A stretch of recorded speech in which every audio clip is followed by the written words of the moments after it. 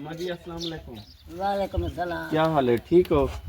अल्लाह अम्मा क्या परेशानी है, क्या मसला मेरा है? बच्चा मैं बेवा ये बेवा निकल के बाद साकू कपड़े कपड़े दे वाला बात है सौ दे दे साकू अल्लाह बात से महाजना शरीफ है आचन साकू दे ऐसा करीब साकू अल्लाह बात है। अम्मा जी ये बहन जी थोड़ी क्या लगती है ये जी? 9 मई अच्छा। 9 मई है। अच्छा ये तो बेवा है नहीं। अच्छा, उन्हों का शौहर भी फौत हो गए? जी हाँ अच्छा। वो मेरा बेटा। नाज़रीन इकराम अस्सलाम वालेकुम।